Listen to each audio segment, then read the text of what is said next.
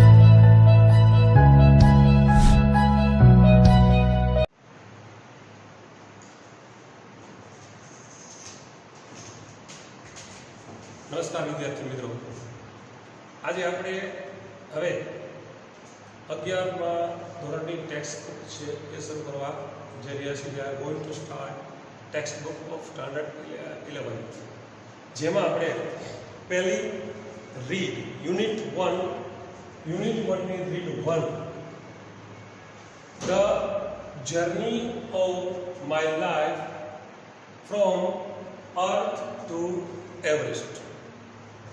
સરસ મજાની inspirational story છે, કંઈક આપણને પ્રેરણા આપે તેવી. અહીંયા આપણને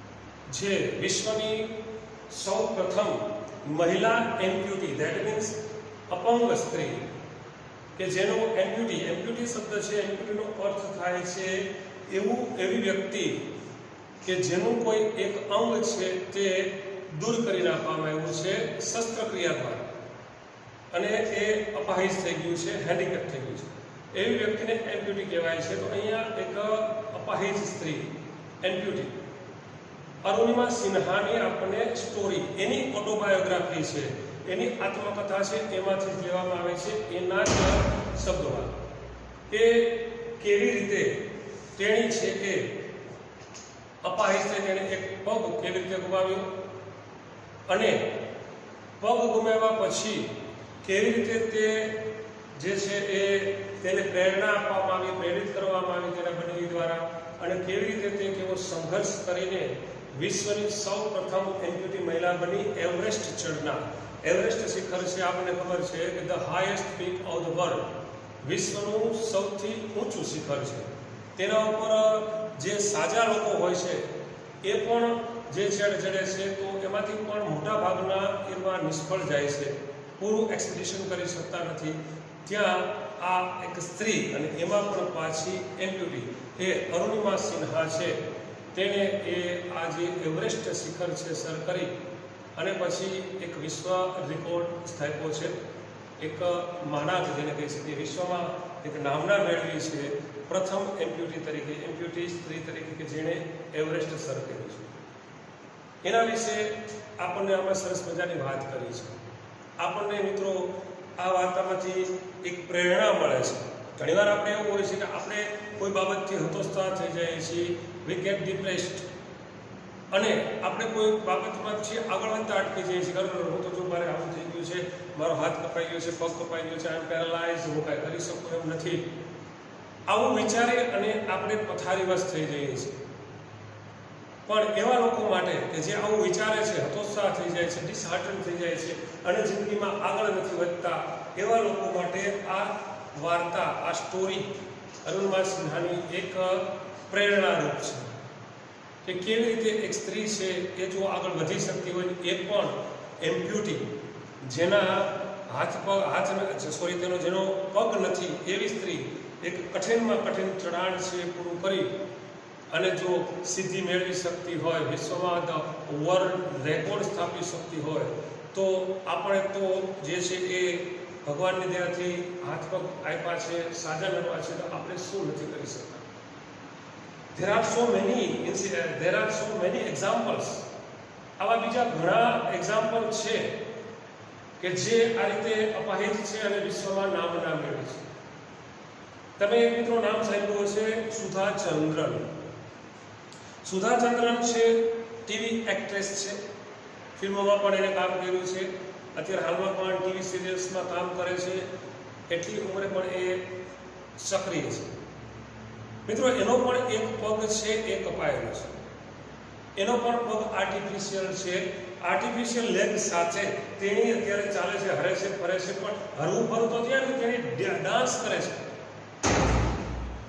જે સુધા ચંદ્રન છે, વર્ષો પહેલા એક ફિલ્મ મૂવી આવેલું નાચે મયુરી, જ્યારે હું પણ ખૂબ નાનો હતો, આછું મને યાદ છે, એ નાચે મયુરી જે ફિલ્મ આવેલું એ આ સુધા ચંદ્રન છે, એની હિરોઈન પણ એ હતી અને એની પોતાની જ જીવનની કથા હતી કે જ્યારે તેની નાની હતી અને જે ટ્યુશને ક્યાંક જઈ રહી હતી અને અચાનક she met with an accident, અકસ્માત થાય છે, એનો પગ છે એ કપાઈ જાય છે. સી વોઝ ડાન્સર, ભરતનાટ્યમમાં તે ડાન્સર હતી, તેણે એ જે છે એ તે સમયે એ તેની તાલીમ ચાલતી હતી, પણ પગ કપાઈ ગયો, હવે શું કરવું? પણ એના ફાધરે, એના પિતાજીએ એને પ્રેરિત કરી અને ખૂબ નાની વયે 10-12-15 વર્ષની ઉંમર હશે, I am not sure about it, પણ ખૂબ નાની વયે તેણે પગ ગુમાવ્યો. એના પિતાજીએ તેને ઇન્સ્પાયર કર્યા અને તેણે ત્યારે એના નાચવાની જે એની નૃત્ય છે એની પ્રેક્ટિસ ચાલુ રાખી, શાસ્ત્રીય નૃત્યની, અને પગ કપાઈ ગયો તો ત્યાં આર્ટિફિશિયલ લેગ સાથે તે એણે છે એ ભરતનાટ્યમ જેવા જે શાસ્ત્રીય ડાન્સ છે એમાં મહારત હાંસલ કરી અને વિશ્વની અંદર નામના મેળવી. ત્યારે તેનું એક ફિલ્મ આવેલું હતું નાચે મયુરી, ખૂબ સફળ થયેલું. આજે પણ એ સુધા ચંદ્રન ટીવીની અંદર જે છે એ એક્ટ્રેસ છે, કામ કરે છે, ગુજરાતી ફિલ્મોમાં પણ આવી છે અને હિન્દી મૂવીઝમાં પણ એ ઘણી મૂવીઝમાં તે આવી છે. તો આ રીતે આપણને ઘણા એવા એક્ઝામ્પલ્સ છે કે જે આપણને જોવા મળે છે આ જગતની અંદર, કે જે એક કહી શકાય કે એક સ્ટેજ ઉપર એવા પહોંચી ગયા હોય છે કે તે કંઈ કરી શકવાને સક્ષમ જ નથી હોતા અને પછી એમાંથી ઊભા થઈ અને વિશ્વમાં નામ મેળવે છે. એમાંનું જ એક નામ છે અરુણિમા સિન્હા. બરાબર છે? તો એના વિશે આજે આપણે આ રીડ ભણવાની છે. આ રીડની અંદર શું કહેવા માંગે છે, લેટ્સ સી. આપણે જોઈએ કે રીડ છે એમાં શું લખ્યું છે. Unit 1, read 1, the journey of my life from earth to Everest. મારા જીવનની મુસાફરી, ફ્રોમ અર્થ ટુ એવરેસ્ટ, પૃથ્વીથી લઈને આકાશ સુધી, પૃથ્વીથી લઈને એવરેસ્ટ. એવરેસ્ટ છે આકાશ છે, ઊંચો આકાશની આપણે કહી શકીએ કે પૃથ્વીથી લઈને આકાશ સુધીની તેની જે જર્ની છે, એની જે મુસાફરી છે, એના વિશે આમાં વાત કરી છે. Let's gate started. Arunima Sinha was a national level volleyball player. Arunima Sinha એક નેશનલ એટલે કે રાષ્ટ્રીય સ્તરની વોલીબોલ પ્લેયર, વોલીબોલની ખેલાડી હતી. When she was traveling on a train, some thugs tried to snatch her golden chain. જ્યારે when she was traveling, તેની મુસાફરી કરી રહી હતી on a train, ટ્રેનમાં મુસાફરી કરવાની વાત આવે છે ત્યારે તેની સાથે મિત્રો પ્રેપોઝિશન ઓન વપરાય છે. ઇન ટ્રેન શબ્દ વપરાતો નથી. ઓન ટ્રેન, ટ્રેનમાં મુસાફરી કરી રહી હતી. સમ ઠગ્સ, કેટલાક ઠગ લોકો, ચોર લોકો, tried to snatch her golden chain, તેને જે ગોલ્ડન સોનેરી અથવા તો સોનાનો ચેન છે એ સ્નેચ ખેંચવાની એને ટ્રાઈડ પ્રયત્ન કર્યો. મિત્રો અહીંયા આપણને ગોલ્ડન શબ્દ આપેલો છે, એકચ્યુઅલી ગોલ્ડન ચેન આમ જો તો પાઠમાં લખાણો છે, એના શબ્દોમાં જ લખાણો છે, પણ એકચ્યુઅલી ગોલ્ડન ચેન શબ્દ વાપરીએ તો એનો અર્થ થાય છે સોનેરી સાંકળ, એવો અર્થ થાય છે, સોનાનો નહીં. સોનાનો શબ્દ માટે ગોલ્ડ ચેન વપરાય, ગોલ્ડ ચેન. ગોલ્ડ ચેન તો સોનાનો છે, ગોલ્ડન ચેન તો સોનેરી. એકચ્યુઅલી આપણે સોનાના ચેન માટે પણ આપણા ડે ટુ ડે યુઝમાં આપણે ગોલ્ડન ચેન જ બોલીએ છીએ, પણ ગ્રામેટિકલી ખોટું છે. ગ્રામરની દ્રષ્ટિએ ગોલ્ડન છે એડજેક્ટિવ છે, ચેન કેવી તો કે સોનેરી. ગોલ્ડ ઉપરથી ગોલ્ડન સોનેરી, કારણ તો સોનેરી ચેન નથી, સોનાનો ચેન બોલવું છે તો ગોલ્ડ ચેન બોલવું પડે છે. આ જરા ધ્યાનમાં રાખજો. થોડીક જે છે એ ગ્રામરમાં આ રીતે મિસ્ટેક થઈ શકે છે કોમ્પિટિટિવ એક્ઝામ્સમાં. જ્યારે તમે સ્પર્ધાત્મક પરીક્ષાઓ હોય છે તેમાં આ પ્રકારે જે છે એ તમને કદાચ ખાલી જગ્યા હોય તો આપણે ક્યારેક મિસ્ટેક કરી શકીએ છીએ. મને યાદ છે હમણાં જ ટાટની પરીક્ષા છેલ્લે લેવાની 19માં શિક્ષકોની ભરતી માટેની, તો ટાટની પરીક્ષામાં આ પ્રશ્ન હતો ગોલ્ડન ચેન, ખાલી જગ્યા હતું ગોલ્ડન ચેન, ગોલ્ડ ગોલ્ડન એવો ઓપ્શન આપેલા હતા. મોટા ભાગના ગોલ્ડન લખી રહ્યું ગોલ્ડન ચેન. ગ્રામેટિકલી એ વાત જરા ખોટી પડે છે. ગોલ્ડ ચેન, ગોલ્ડન એટલે ખોટો પણ હોઈ શકે, માત્ર સોનેરી, કલર સોનેરી છે તો આપણે એને કહીએ છીએ ગોલ્ડન સોનેરી કલર, બરાબર છે. પણ જો ધાતુ ગોલ્ડ સોનાની વાત કરીએ છીએ તો ગોલ્ડ ચેન શબ્દ વાપરવો જોઈએ. આ જરા ધ્યાનમાં રાખો. એ તો લેખકે લખ્યું છે, લેખિકાએ, ચાલે, નો પ્રોબ્લેમ. તો સમ ઠગ્સ, ઠગ એટલે ચોર લોકો. ઠગ શબ્દ છે આમ તો હમણાં રિસેન્ટલી આપણે તમે કદાચ મિત્રો જોયું હશે, પેલું અમિતાભ બચ્ચન અને આમિર ખાનનું પિક્ચર આવ્યું હતું ઠગ વિશેનું, બરાબર છે. તો એ ઠગ શબ્દ છે એ એવા લોકોની વાત છે. ઠગ શબ્દ એવા લોકો માટે વપરાય છે કે જે બીજા લોકોને ધૂતી લે છે, બીજા લોકોને લૂંટી લે છે. અંગ્રેજોના વખતની અંદર જો આ શબ્દ હતો એ બહુ ચર્ચિત હતો. હાલમાં તો આ લોકો આવા ઓછા છે, પણ જે તે સમયે અંગ્રેજોના વખતની વાત કરીએ, જૂના જમાનામાં તો ઠગ લોકો છે એ એવા પ્રકારના લોકો હતા કે જે પ્રિટેન્ડ એઝ અ બિઝનેસમેન, કોઈ ધંધાદારી વ્યક્તિઓ એવો ઢોંગ કરતા હોય છે. એકચ્યુઅલી તેમનું કામ છે લોકોને લૂંટવાનું હોય છે. હરકિશન મહેતા છે એની એક નવલકથા છે અમીર અલી ઠગના પીળા રૂમાલની ગાંઠ, સરસ મજાની ગુજરાતી નોવેલ છે, વાંચવા જેવી છે. તો એ રસિક મહેતાએ લખેલી છે.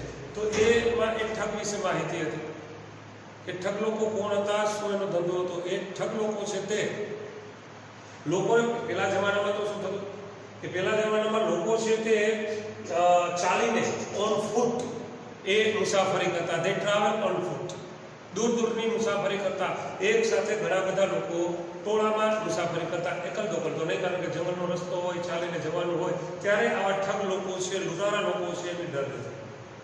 ચોક્કસ ટોળકી એ અમુક વિસ્તારની અંદર તો અંગ્રેજોના નાકે દમ લઈ આવી દીધા, કારણ કે ઓળખી પણ ન શકાય. એકદમ સજ્જન જેવું વ્યક્તિત્વ ધરાવતા હોય, એકદમ સીધા સાદા, નોબડી નોઝ, કોઈને જાણતું હોય કે ભાઈ આ તો ઠગ છે.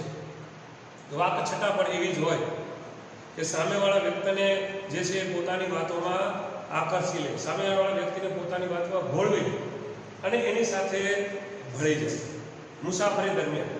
અને પોતે પણ કપડાં લતા એવા હોય કે એવું લાગે કે નહીં આ તો કોઈ મોટો વેપારી છે, બહુ સારો ભલો માણસ છે. અને પછી એ ટાર્ગેટ બનાવે કે જે લોકો છે જેની પાસે પૈસા હોય, ધંધો હોય, એવું લાગે કે આની પાસે પૈસા, એની આજુબાજુ ગોઠવાય છે, એની સાથે ને સાથે રહે અને એનો વિશ્વાસ છે એ મેળવી લે.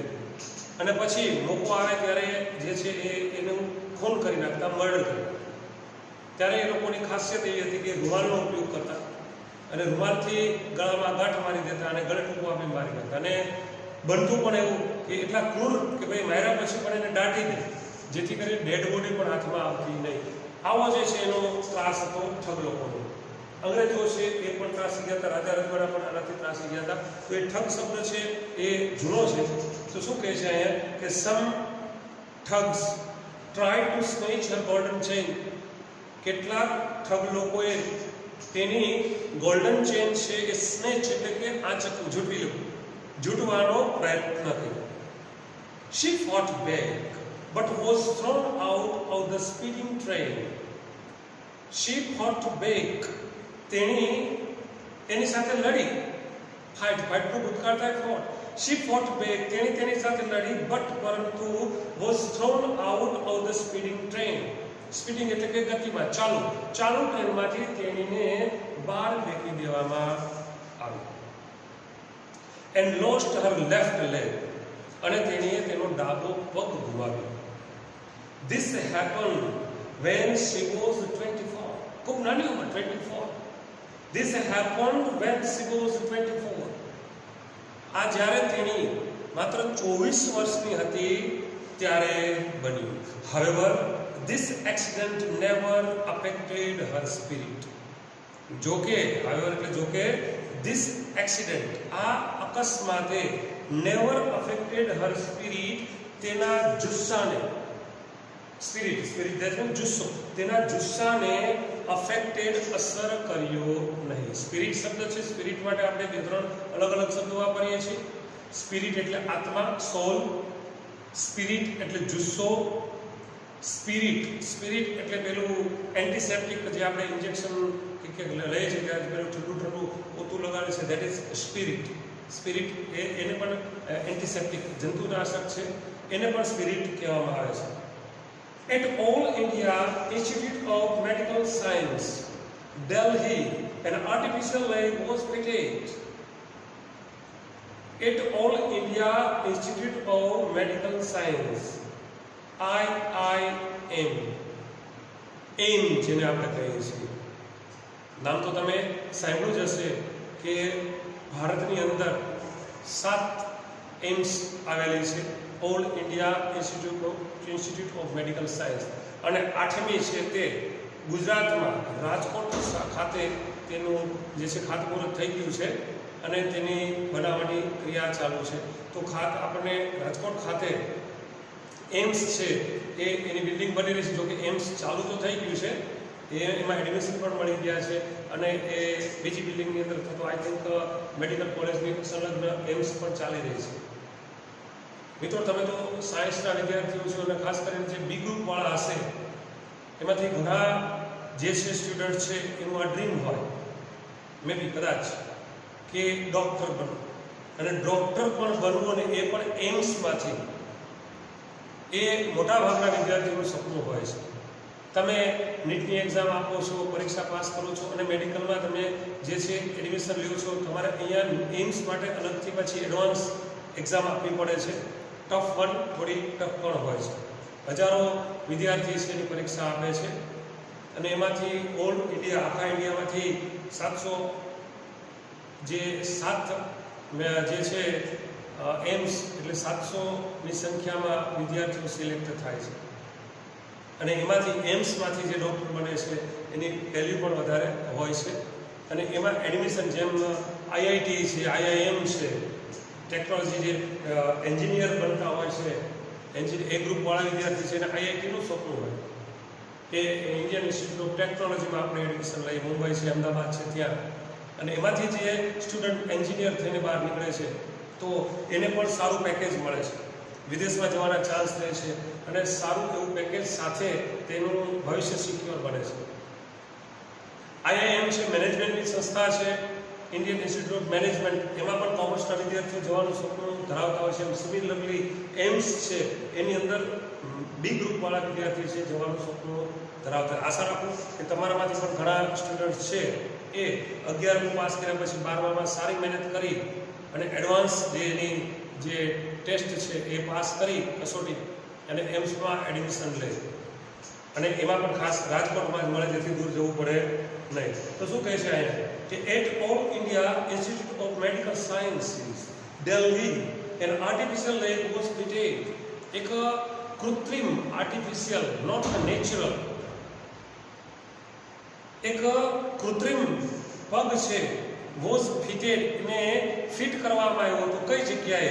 At all India institute of medical science, Delhi. A year later, એક વર્ષ પછી, she was retrained as a mountaineer and became the first female with an artificial leg to scale Mount Everest. એક વર્ષ પછી she was retrained, તેને પુનઃ તાલીમ આપવામાં આવી હતી as a mountaineer, પર્વતારોહક તરીકે, and became, અને તે બની, the first female, પ્રથમ સ્ત્રી, with an artificial leg, એક કૃત્રિમ પગ સાથેની, to scale Mount Everest. Scale એટલે તો માપવું થાય. સ્કેલનો અર્થ માપવું થાય, અહીંયા ચડવાના અર્થમાં કરશું કે માઉન્ટ આબુ ચડનાર, માઉન્ટ એવરેસ્ટ ચડનાર. એક આર્ટિફિશિયલ લેગ સાથે માઉન્ટ એવરેસ્ટ ચડનાર સૌ પ્રથમ સ્ત્રી બની. This is her unforgettable story of hope, courage and inspiration. અને આ તેની એક અવિસ્મરણીય ફર્ગેટ એટલે ભૂલી જવું, ફર્ગેટેબલ ભૂલી જવાય તેવું, એનું ઓપોઝિટ છે અનફર્ગેટેબલ અવિસ્મરણીય. Story of hope, courage and inspiration, આશા, હિંમત અને પ્રેરણાની આ તેની એક ન ભૂલાય તેવી અવિસ્મરણીય વાર્તા છે. Let's read 4 scenes of her life narrated in her own words. let's read, ચાલો વાંચીએ. 4 scenes, 4 દ્રશ્યો of her life, તેની જિંદગીના 4 દ્રશ્યો, narrated in her own words, તેના પોતાના શબ્દોમાં જ નેરેટેડ વર્ણવાય. બરાબર છે. તો એ મિત્રો આપણે પહેલા પેરેગ્રાફની અંદર જોયું કે ભાઈ અરુણિમા સિન્હા છે એ એક રાષ્ટ્રીય લેવલની વોલીબોલ પ્લેયર હતી અને તેણીએ તેનો ડાબો પગ ગુમાવ્યો. ક્યારે? તો when she was travelling on train. બરાબર છે. માત્ર 24 વર્ષની ઉંમરે, કે જ્યારે તેણી શી વોઝ ઓનલી 24 years. અને જ્યારે તે ટ્રેનમાં મુસાફરી કરતી હતી ત્યારે કેટલાક ઠગ લોકોએ તેનો જે ચેન છે એ ખેંચવાની કોશિશ કરી, પણ શી વોઝ અ પ્લેયર, તેની છે એક પ્લેયર હતી. અને જેથી કરીને સામાન્ય રીતે કોઈ સામાન્ય વ્યક્તિ હોય, કોઈ સામાન્ય હોય છે તો કહે છે કે ચાલો ઘણા બધા 4-5 વ્યક્તિ છે તો આપણે એને ચેન આપી દઈએ, પણ ના, આ તો પ્લેયર હોવાને કારણે તેની સાથે લડી અને તેણીને ચાલુ ટ્રેનમાંથી ફેંકી દેવામાં આવી અને એ પરિણામે તેને છે એ ડાબો પગ એને ગુમાવવો પડ્યો. પછી all India institute of medical સાયન્સની અંદર એને દાખલ કરવામાં આવી, એડમિટેડ કરવામાં આવી, જ્યાં એક આર્ટિફિશિયલ લેગ તેને ફિટ કરવામાં આવ્યો. અને પછી 1 વર્ષ પછી તેની છે એક માઉન્ટેનિયર તરીકે તેને તાલીમ આપવામાં આવી અને તેની ફર્સ્ટ ફિમેલ બની કે જેણે માઉન્ટ એવરેસ્ટ સર કર્યો વિથ એન આર્ટિફિશિયલ લેગ, એક કૃત્રિમ પગ સાથે. બરાબર છે. તો આયા મિત્રો તમને કદાચ આ પેરેગ્રાફ પૂછાય પરીક્ષામાં ને જો પ્રશ્નોત્તરી હોઈ શકે તો પહેલા વાક્યમાંથી આપણને પ્રશ્ન પૂછી શકાય કે ભાઈ what was અરુણિમા સિન્હા? અરુણિમા સિન્હા શું હતી? અથવા તો આપણને WH ક્વેશ્ચન પૂછાય, તમને પૂછાય છે કે ફ્રેમ WH ક્વેશ્ચન્સ, WH પ્રશ્ન તમે બનાવો તો તમને વોલીબોલ પ્લેયર છે તેની નીચે માનો કે અંડરલાઈન કરેલી છે, તમને વોલીબોલ પ્લેયરની નીચે અંડરલાઈન કરેલી છે, તો તમે જે પ્રશ્ન બનાવશો, પ્રશ્ન ફ્રેમ કરશો એ કઈ રીતે કરશો? તો ભાઈ અરુણિમા સિન્હા છે એ શું હતી, એનો પ્રોફેશન શું હતો? તો તમે તે જે છે એ પ્રશ્ન ફ્રેમ કરો છો. તો સપોઝ તમને વોલીબોલ પ્લેયરની નીચે અંડરલાઈન છે તો વોલીબોલ પ્લેયર છે કે કોઈનો ધંધો વ્યવસાય માટે આપણે વોટથી પ્રશ્ન પૂછીએ છીએ. વોટ છે હવે મિત્રો જ્યારે તમે WH ક્વેશ્ચન ફ્રેમ કરો છો તો કાળનું ધ્યાન રાખો, સહાયકારક ક્રિયાપદનું ધ્યાન રાખો. અહીં તો ટુ બીના રૂપ છે, વોઝથી પ્રશ્ન પૂછવાનો છે તો પ્રશ્ન બનશે વોટ વોઝ અરુણિમા સિન્હા. અરુણિમા સિન્હા કોણ હતી? બરાબર છે. તો એ રીતે તમને પેરેગ્રાફમાંથી રીડિંગ કોમ્પ્રિહેન્શન, પેરેગ્રાફ વાંચી અને જવાબ આપવાનો. રીડિંગ કોમ્પ્રિહેન્શનમાં પણ આપણને આ પ્રશ્ન પૂછી શકે આ રીતે, અથવા તો WH ક્વેશ્ચન હોય અને વોલીબોલ પ્લેયર છે એની નીચે અંડરલાઈન હોઈ શકે. બરાબર છે. Then she was travelling on a train, એની અંદર બરાબર છે તમને કદાચ પ્રશ્ન પૂછી શકાય એવું કે ભાઈ how did Arunima Sinha lose her left leg? Arunima સિન્હાએ તેનો ડાબો પગ છે કેવી રીતે ગુમાવ્યો, અથવા how did Arunima Sinha become handicap, બરાબર છે, એ હેન્ડીકેપ અપાહિજ કેવી રીતે બન્યું? તો એનો આપણે જવાબ આમાંથી આપવો પડે કે ભાઈ જ્યારે તેણી ટ્રેનમાં ટ્રાવેલ કરી રહી હતી ત્યારે કેટલાક ઠગ લોકોએ તેના ગોલ્ડન ચેનને આંચકવાની કોશિશ કરી, તેણીએ સામે પ્રતિકાર કર્યો, she fought back and she was thrown out of the speeding train, અને તેણીને છે એ ચાલુ ગાડીમાંથી બહાર ફેંકી દેવામાં આવી હતી. ઇન ધીસ વે, આ રીતે શી લોસ્ટ હર લેફ્ટ લેગ, તેણીએ આ રીતે જે છે એનો ડાબો પગ ગુમાવ્યો, અથવા તો in this way she became handicap, આ રીતે તેણી જે છે એ હેન્ડીકેપ બની છે, બરાબર. તો આવો પણ પ્રશ્ન બની શકે. ત્યાર પછી તમને સપોઝ દાખલા તરીકે વાક્ય છે this happen when she was 24, આ બન્યું કે જ્યારે તેણી 24 વર્ષની હતી. માનો કે તમને 24 ની નીચે અંડરલાઈન આપેલી છે, 24 ની નીચે અંડરલાઈન આપેલી છે, અને તમને કહેવામાં આવે કે ભાઈ આમાંથી પ્રશ્ન ફ્રેમ કરો, તો કોઈની ઉંમર જાણવા માટે, કોઈ કેટલા વર્ષનું છે એના માટે આપણે હાઉ ઓલ્ડ થી પ્રશ્ન બનાવીએ છીએ કે ભાઈ તેની ઉંમર કેટલી હતી, કે તો કે હાઉ ઓલ્ડ, બરાબર, હાઉ ઓલ્ડ વોઝ અરુણિમા, અથવા તો she, how old was she when this happened, એટલે વાક્ય બનાવી શકીએ when this happened, બરાબર છે. આ જે બન્યું ત્યારે તેની ઉંમર કેટલી હતી?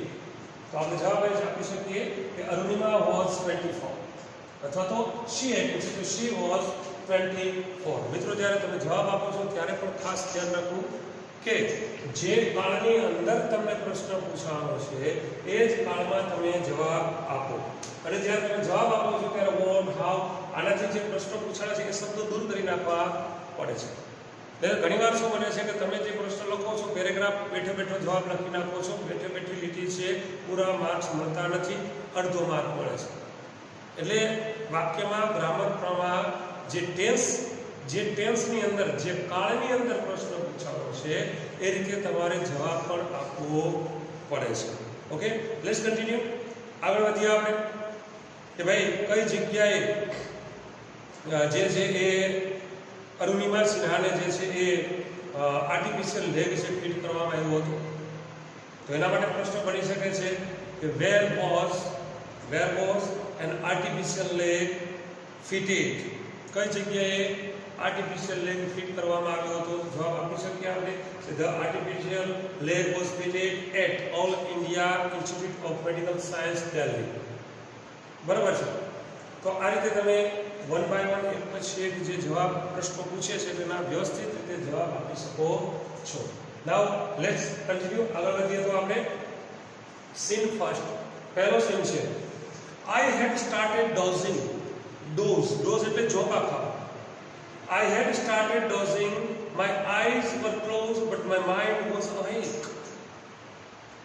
મેં ઝોકા ખાવાનું શરૂ કર્યું, મારી આંખો બંધ હતી, પરંતુ માય માઇન્ડ વોઝ અવેક, મારું મગજ છે તે જાગૃત હતું. આઈ રિમેમ્બર, મને યાદ છે, સમવન સેઇંગ ધેટ, કે કોઈ વ્યક્તિ છે કહી રહ્યું હતું Bareilly would come after some time, થોડા સમય પછી બરેલી આવશે. I was in deep thought when I felt a hand tugging at my gold chain. જો એને પછી પોતાની ભૂલ છે જરા સુધારી લીધી, અહીં ગોલ્ડનની જગ્યાએ ગોલ્ડ ચેન લીધી. I was in deep thought, હું ઊંડા વિચારમાં હતી. when, કે જ્યારે I felt, મેં અનુભવ્યું, a hand, એક હાથને, tugging, tug that means સ્પર્શ કરો, મને સ્પર્શ કરતા, tugging at my gold chain, મારો જે સોનાનો ચેન હતો એને સ્પર્શ કરતો એક હાથ મેં અનુભવ્યો. A girl's sixth sense is always her best companion. તો સંસ્કૃતની વાત કરી છે. A girl's sixth sense, છઠ્ઠી ઇન્દ્રિય જે આપણે કહીએ છીએ છઠ્ઠી ઇન્દ્રિય છે માણસની અંદર કદાચ ભાઈ કોઈ વ્યક્તિ અતિશય અસાધારણ ક્ષમતા ધરાવતો હોય ત્યારે આપણે ભાઈ એની સિક્સ્થ સેન્સ બહુ જાગૃત છે. છઠ્ઠી ઇન્દ્રિય તો અ ગર્લ્સ સિક્સ સેન્સ, અહીંયા શું કહે છે કે છોકરી, કોઈ પણ છોકરી છે એની છઠ્ઠી ઇન્દ્રિય છે sixth sense always her best companion, હંમેશા તેની શ્રેષ્ઠ સાથીદાર છે. કોઈ પણ જગ્યાએ કોઈ પણ છોકરી જાય છે, ભગવાન God has given them a gift. સ્ત્રીઓને, છોકરીઓને ભગવાને આ એક સરસ મજાની ગિફ્ટ આપી છે, ધ બેસ્ટ ગિફ્ટ, કે પુરુષો કરતા સ્ત્રીઓ સામેવાળા વ્યક્તિને ઓળખવાની, સામેવાળા વ્યક્તિને પહેચાનવાની, એની દાનત ઓળખવાની જે છે ને આવડત સ્ત્રીઓમાં વધારે હોય છે. એને કંઈક એવું જો બનવાનું હોય છે, if something weird is going to be happen, જ્યારે બનવાની તૈયારીમાં છે, બનવાનું છે એવું હોય છે, ત્યારે સૌથી પહેલા સ્ત્રીને આની અણસાર આવી જ જાય છે કે નહીં, કંઈક અજુગતું બનવાનું છે. તેને કહે છે સિક્સ્થ સેન્સ. પુરુષોમાં સામાન્ય રીતે બહુ ઓછા લોકોને આ પ્રકારની જે છે હોય છે સિક્સ્થ સેન્સ. જનરલી બ્લાઇન્ડ હોય છે એવા લોકોની સિક્સ્થ સેન્સ પણ બહુ શાર્પ હોય છે. પણ અહીંયા તો સ્ત્રીની, છોકરીની વાત કરી છે, અને હંમેશા છોકરીઓ છે એની છઠ્ઠી ઇન્દ્રિય જાગૃત જ હોય છે. સામેવાળો વ્યક્તિ કેવો છે ધે કેન ઇઝીલી અન્ડરસ્ટેન્ડ, સમજી જાય છે સરળતાથી. સામેવાળાની આંખ ઉપરથી નજર પડે તો ખબર પડી જાય છે કે સામેવાળો વ્યક્તિ છે શું કહેવા માંગે છે, કેવો છે. That is sixth sense. તો શું કહે છે, a girl's sixth sense is always her best companion. છોકરીની છઠ્ઠી ઇન્દ્રિય હંમેશા તેનો શ્રેષ્ઠ જોડીદાર છે. કમ્પેનિયન એટલે જોડીદાર. I instinctively opened my eyes and saw 4 or 5 young men around me.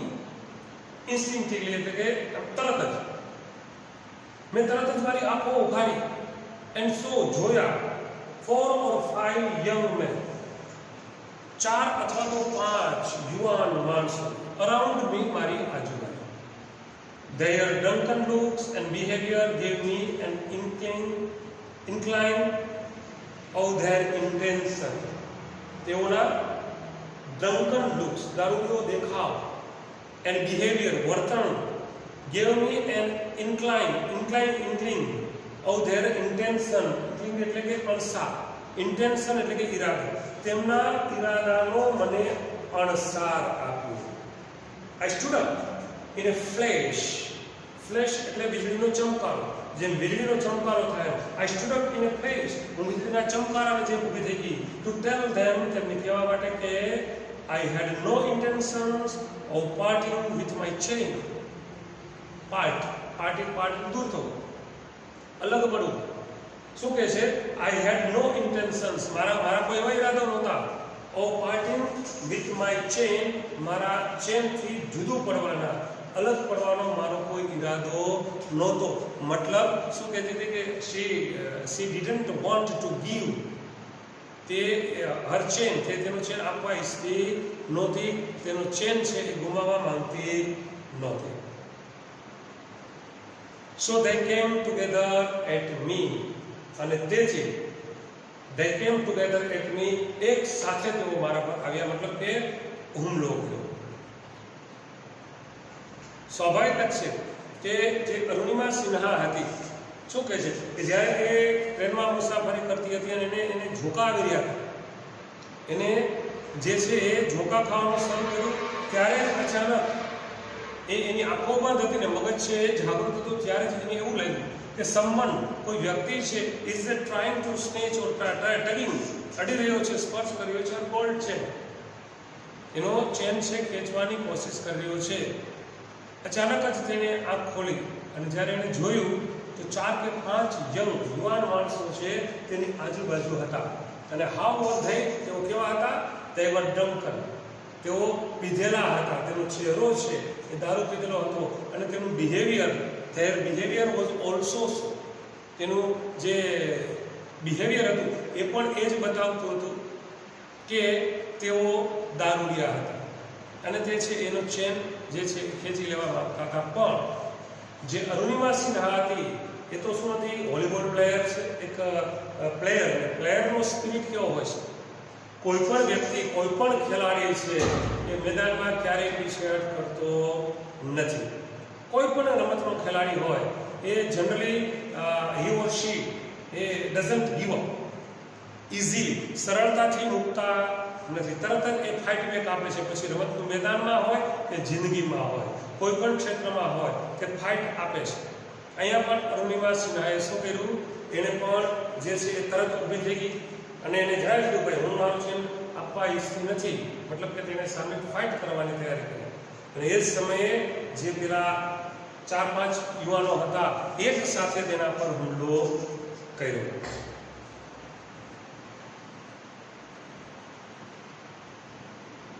Even though the compartment was full, none of my fellow passengers got up to even inquire what was happening, forgot about their coming to my rescue.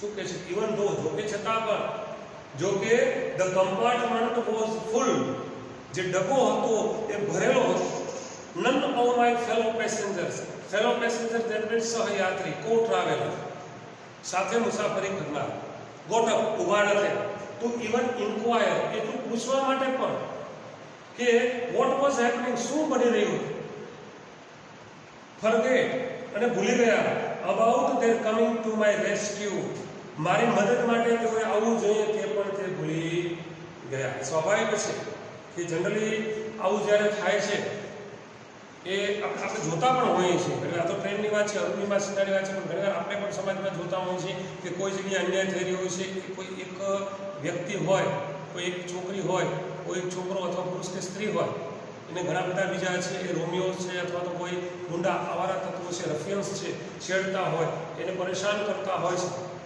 ઘણા લોકો છે જોતા હોય છે, આંખ આડે કાન કરીને કહેતા કે આપણે શું, we have nothing to do with them, તેમની સાથે આપણે કાંઈ લેવા દેવા નથી, આવું વિચારીને મોટાભાગના લોકો ત્યાંથી નીકળી જાય છે. સિમિલરલી આવું જ છે તે, એક્ઝેક્ટલી ધ સેમ હેપન.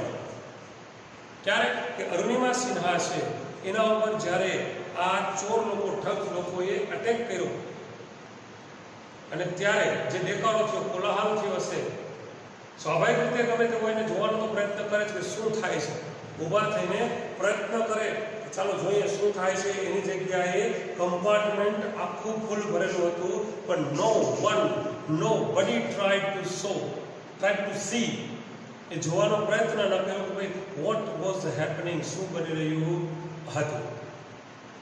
માણસની આ એક નબળાઈ છે, સ્વાર્થ વૃત્તિ કહી શકીએ તો પણ ખરું. I had no option but to take them on. Take on એટલે કે એની સાથે ફાઇટ કરવી. I had no option, મારી પાસે કોઈ ઓપ્શન, કોઈ વિકલ્પ નહોતો, but to take them on, માત્ર તેમની સાથે લડવા સિવાય મારી પાસે કોઈ વિકલ્પ નહોતો. So I caught a youth who was trying to size me up by his collar and pushed him back. તેથી I caught a youth, મેં એક યુવાનને પકડ્યો, who was trying to size me up, જે મને પકડવાનો પ્રયત્ન કરી રહ્યો હતો, એને મેં by his collarથી પકડ્યો, and push him, અને તેને pushed, એને ધક્કો મારી દીધો, બેક, પાછો ધક્કો માર્યો. I kicked a couple of others, couple એટલે કે બેક, બીજા બેકને મેં I kicked, લાત મારી. An exceptional battle had begun inside the train of the moon. An exceptional, એક અસાધારણ, battle એટલે કે યુદ્ધ, had begun, શરૂ થયું હતું, inside the train, ટ્રેનની અંદર, on the move, ચાલુ ટ્રેનની અંદર. આ શબ્દ વાપર્યો છે an exceptional એટલે કે અપવાદરૂપ, અસાધારણ. શા માટે વાપર્યો છે શબ્દ અસાધારણ? શા માટે કીધું છે? સામાન્ય રીતે નોર્મલી જ્યારે કોઈ છોકરી હોય છે આ રીતે એકલી મુસાફરી કરી રહી હોય અને તેને કોઈ વ્યક્તિ છે, અન્ય ગુંડા લોકો છે, આવારા તત્વો છે, એને છેડછાડ કરવાની કોશિશ કરતા હોય, એને હેરાન કરવાની કોશિશ કરતા હોય છે, ત્યારે સામાન્ય રીતે શું થાય? એ છોકરી, જે તે છોકરી છે તે તરત જ સી સ્ટાર્ટ્સ બેગિંગ કે ભાઈ તારા ઘરમાં મોબાઈલ નથી, શું છે ભાઈ પ્લીઝ મને જવા દે, છોડી દે, મારો સ્વાગ છે, તારે ચેન જોઈ છે, હાલે તને હું ચેન આપી દઉં, ચેન તો ઠીક છે, હાલે પર્સના પૈસા લઈ જાય, વીંટી લઈ જાય, કાનના ઇયરિંગ્સ પણ લઈ જાય, બધું લઈ જાય, મને તું જવા દે પ્લીઝ. આ રીતે એ બેગિંગ એને જે છે આજીજી કરવાનું શરૂ કરી દે છે.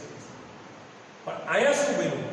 અહીંયા તો એનાથી ઉલટું બન્યું. અરુણિમા છે એને બેગિંગ એને શું કહેવાય આજીજી કરવાને બદલે શી ફોટ બેક, તેની સામે લડી, એની સામે યુદ્ધ કરે આયદું, અને એકનો કાટલો પકડીને પાછળ ધકી દીધો, બેગને છે લાત મારી દીધી. મતલબ કે અહીંયા અસાધારણ બાબત બની. સામાન્ય રીતે એવું બને છે કે કોઈ પણ છોકરી છે જે જનરલી સરેન્ડર કરી દે છે, જ્યારે અરુણિમા સિન્હાએ સામે ફાઇટ કરી. એક છોકરી જેને આપણે જનરલી અબળા ગણીએ કે ભાઈ ચલો સ્ત્રી છે અબળા છે, ના, અહીંયા સબળા થઈને એને ફાઇટ કરી છે, એટલા માટે એને એક્સેપ્શનલ વાત કરી છે, એન એક્સેપ્શનલ બેટલ, અસાધારણ જે છે યુદ્ધ છે એ વાત કરી. The wolf made another attempt to snatch my chain. wolf એટલે વરુ,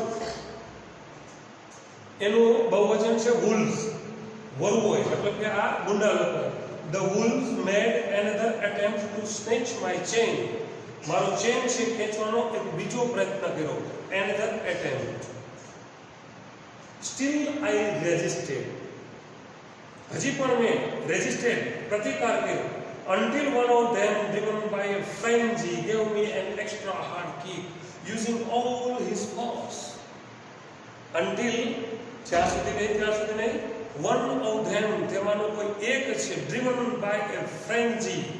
ફ્રેન્ચ એટલે કે આમ ગાંઠપણ ભરેલા, એકદમ વિચારોથી, તરંગોથી એકદમ ગાંઠપણયુક્ત તે જે છે એ પ્રેરિત થઈને ગેવ મી એન એક્સ્ટ્રા હાર્ડ કિક, એક વધારાની એક સખત મને કિક ન મારી.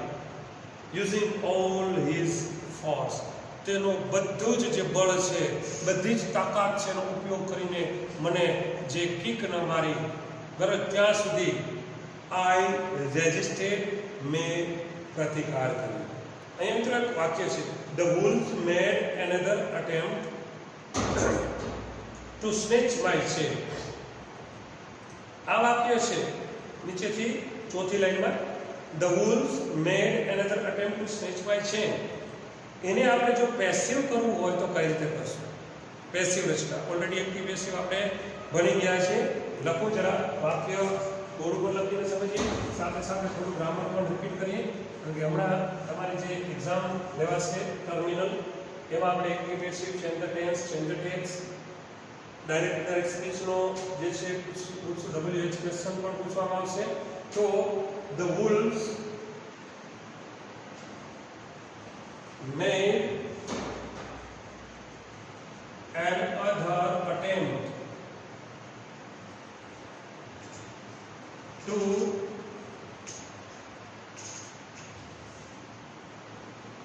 snatch my chain. આ વરુ હોય મતલબ કે ગુંડા લોકોએ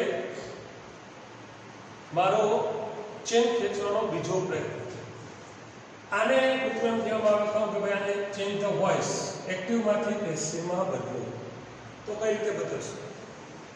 જસ્ટ ટ્રાય, પ્રયત્ન. બરાબર છે, તમારામાંથી ઘણા મિત્રોએ પ્રયત્ન કર્યો પણ હશે.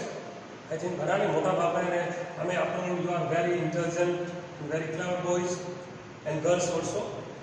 તો તમને આવડતું હશે છતાં જસ્ટ જોઈએ કે ભાઈ તમે એક્ટિવમાંથી પેસિવમાં તમે વાક્ય ફેરવશો તો શું કરશો? સૌથી પહેલાં આપણે સબ્જેક્ટ જોઈએ તો સબ્જેક્ટ છે આ છે, મેડ છે આ વર્બ છે, અને એન અધર એટેમ્પ્ટ છે એ ઓબ્જેક્ટ છે.